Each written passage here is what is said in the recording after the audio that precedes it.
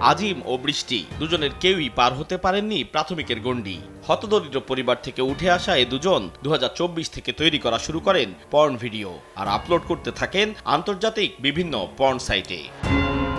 বিভিন্ন পর্ন সাইটে বাংলাদেশের টপ মডেল এবং বৈশ্বিকভাবে অষ্টম র্যাঙ্কিংয়ে থাকা পর্নস্টার হিসেবে পরিচয় দিয়ে থাকেন বৃষ্টি।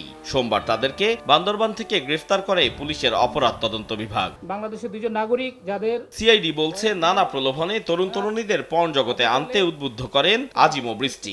সিআইডির এলআইসি এবং সাইবার পুলিশ সেন্টারে যৌথভাবে এই অভিযানটা পরিচালনা করে। আমাদের নৈতিক মূল্যবোধের প্রতি আঘাত এবং আমাদেরকে ইন্টারন্যাশনাল সোসাইটিতে ডাউনগ্রেড করছে। তারা পর্নোগ্রাফি প্রস্তুত, পরিবহন এবং কেনাবেচা, ট্রান্সমিট এবং এই কাজে অন্যদেরকে উদ্বুদ্ধ করার অপরাধে তাদেরকে গ্রেপ্তার করা হয়েছে। নিষিদ্ধ কর্মকাণ্ডের মাধ্যমে আয় করা অর্থ জব্দে ব্যবস্থা নিচ্ছে সিআইডি। তারা এই পর্নোগ্রাফির মাধ্যমে লব্ধ টাকা আমাদের মেইন স্ট্রিম ইকোনমিতে নিয়ে আসছে, অ্যাজ ইফ যে এখন এই টাকার মালিক তারা ভ্যালিড ওয়েতে ইনকাম করছে এরকম মনে হচ্ছে, কিন্তু আসলে এটা লিঙ্ক হচ্ছে ওই যে পর্নোগ্রাফি।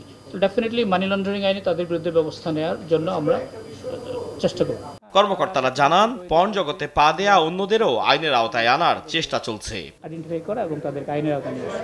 আতাউর কাউসার, সময় সংবাদ, ঢাকা। তারা